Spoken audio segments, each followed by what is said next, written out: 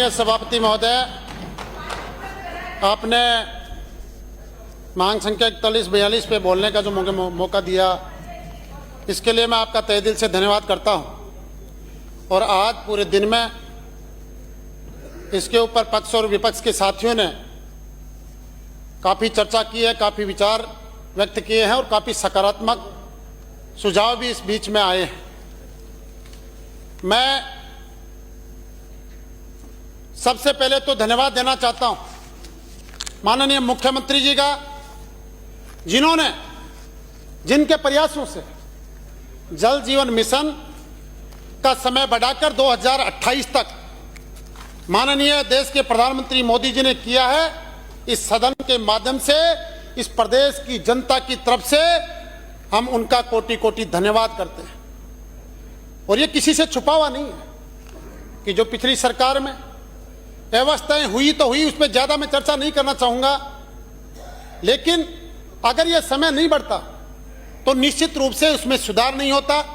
और जो लक्ष्य माननीय प्रधानमंत्री मोदी जी ने जो हर घर में नल लगाने का, पानी देने का जो लक्ष्य लिया था, वो शायद लक्ष्य पूरा नहीं होता। माननीय सभापति महोदय, इस साल में भी हमारी सरकार ने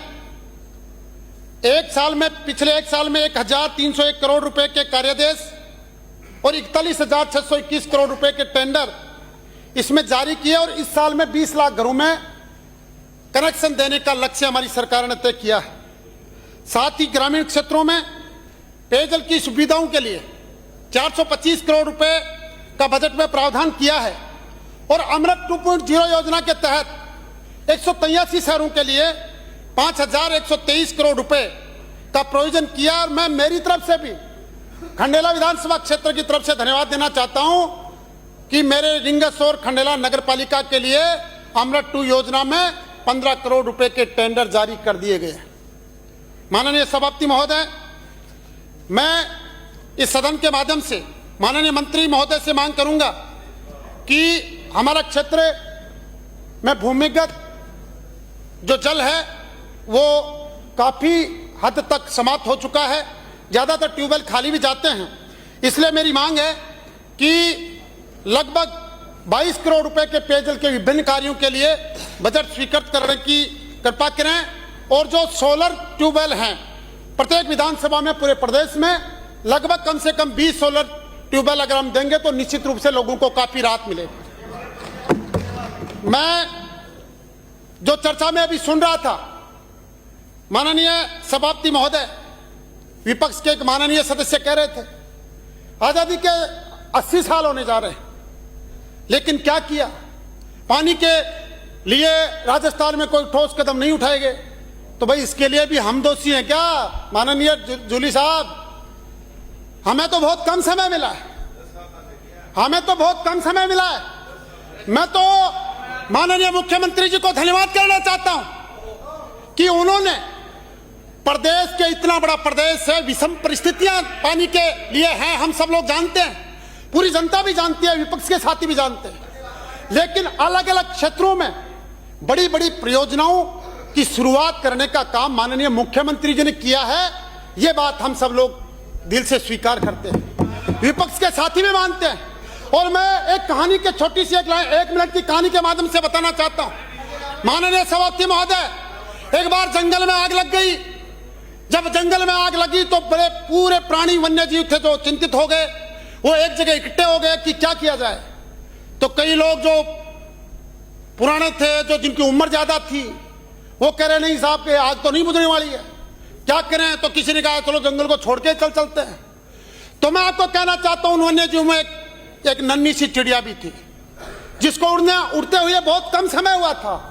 उसने कहा कि आप लोग चाहे कुछ भी करें, लेकिन मैं प्रयास करूंगी, मैं इस आग को बुझाने का प्रयास करूंगी।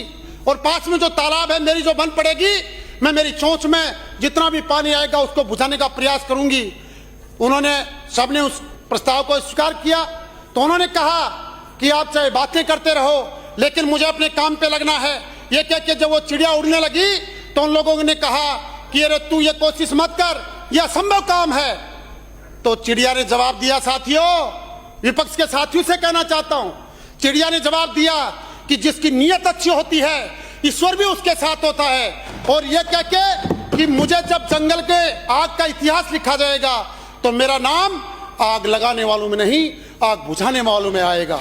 यह कह के चिड़िया तालाब से चोंच में पानी भर भर के उस आग पे डालने का काम करती है। और दोस्तों देखिए, थोड़ी देर बाद में आकाश में बादल छाते हैं, मूसलाधार वर्षा होती है, जंगल की आग बुझ जाती है। मैं यही कहना चाहता हूं कि हमारे माननीय मुख्यमंत्री जी ने जिस प्रकार से इस पानी के अभाव से जूझ रहे प्रदेश के लिए जो इतनी बड़ी बड़ी योजनाओं का शुभारंभ करने का काम किया है, निश्चित रूप से ईश्वर उनके साथ में है। अगर छोटी मोटी कोई दिक्कतें भी आ रही है, किसी दूसरे प्रदेशों के साथ में थोड़ी बहुत कठिनाई भी आ रही है, तो निश्चित रूप से वो शीघ्र वो कठिनाइयां दूर होंगी। और जब प्रदेश के अंदर इस सूखे प्रदेश में जब पानी लाने का इतिहास लिखा जाएगा तो माननीय मुख्यमंत्री जी का नाम स्वर्ण अक्षरों में लिखा जाएगा। मैं ये विपक्ष के साथियों से कहना चाहता हूं। साथ ही बात में एक बात और कहना चाहता हूं, साथ ही में एक बात और कहना चाहता हूं। मैंने देख रहा हूं, मैं बजट में चर्चा हुई, अभी अनुदान मांगू पे चर्चा हो रही है। माननीय विपक्ष के जो बड़े बड़े नेता जो प्रेस कॉन्फ्रेंस में कहते हैं कि हम सरकार की जान बांध देंगे, वो नजर नहीं आ रहे, खुद की दाढ़ बंध गई है और कहीं नजर नहीं आ रहे। मैं इस सदन के माध्यम से कहना चाहता हूं, क्योंकि आज सरकार पर तथ्यों सहित आरोप लगाने के पास विपक्ष के पास कुछ भी नहीं है। इसलिए ये सरकार बहुत अच्छे काम कर रही है। मैं ये कहना चाहता हूं, मैं इस माध्यम से माननीय मंत्री महोदय से एक निवेदन और करना चाहता हूं कि अगर हम सब लोग मिलकर इस दिशा में कार्य करेंगे, माननीय मंत्री महोदय, मेरा एक सुझाव है कि जितने भी विभिन्न विधानसभाओं में या पूरे क्षेत्र में जो तालाब है, जो बांध हैं, उनका जो बहाव क्षेत्र है, बड़े अफसोस के साथ कहना पड़ रहा है कि वो उस पर ज्यादातर जगहों पे अतिक्रमण हो गए। बांधों में आज एक बूंद पानी नहीं आ रही। उनके पूरे जो बहाव क्षेत्र है उसको अतिक्रमण मुक्त किया जाए, जिससे बांधों में पानी आए और वाटर हार्वेस्टिंग सिस्टम के द्वारा पूरी सरकार को एक लक्ष्य बनाकर कि हमें सालाना 1 मीटर 2 मीटर जल स्तर बढ़ाना है।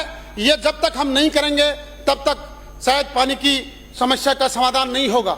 और मैं ये भी निवेदन करना चाहता हूं, गर्मी का समय आ रहा है, हालांकि हमने 142 करोड़ रुपए का प्रोविजन बजट में कंटीजेंसी प्लान के लिए किया है, लेकिन जो विभिन्न क्षेत्रों में जो चालू जो ट्यूबवेल्स हैं उनके लिए मोटरों का, पाइपों का, उनका भी एक बड़े स्तर पे खरीद करके उनको उपलब्ध कराया जाए। मैं यही कहना चाहता हूं। और माननीय सभापति महोदय, अंत में केवल मैं यही कहूंगा कि पानी के स्तर पर हमारे प्रदेश की विषम परिस्थितियां हैं, उनके ऊपर सरकार बहुत गंभीरता से कदम उठा रही है। यह भी सही है कि अभी 1-1.25 साल का कार्यकाल हुआ है और इतनी विषम परिस्थितियों को इतने कम समय में काबू नहीं किया जा सकता। समाप्त कीजिए। हमारे प्रयास सराहनीय है। इसके लिए मैं माननीय मुख्यमंत्री जी को इसके माध्यम से बहुत बहुत धन्यवाद देना चाहता हूं। धन्यवाद।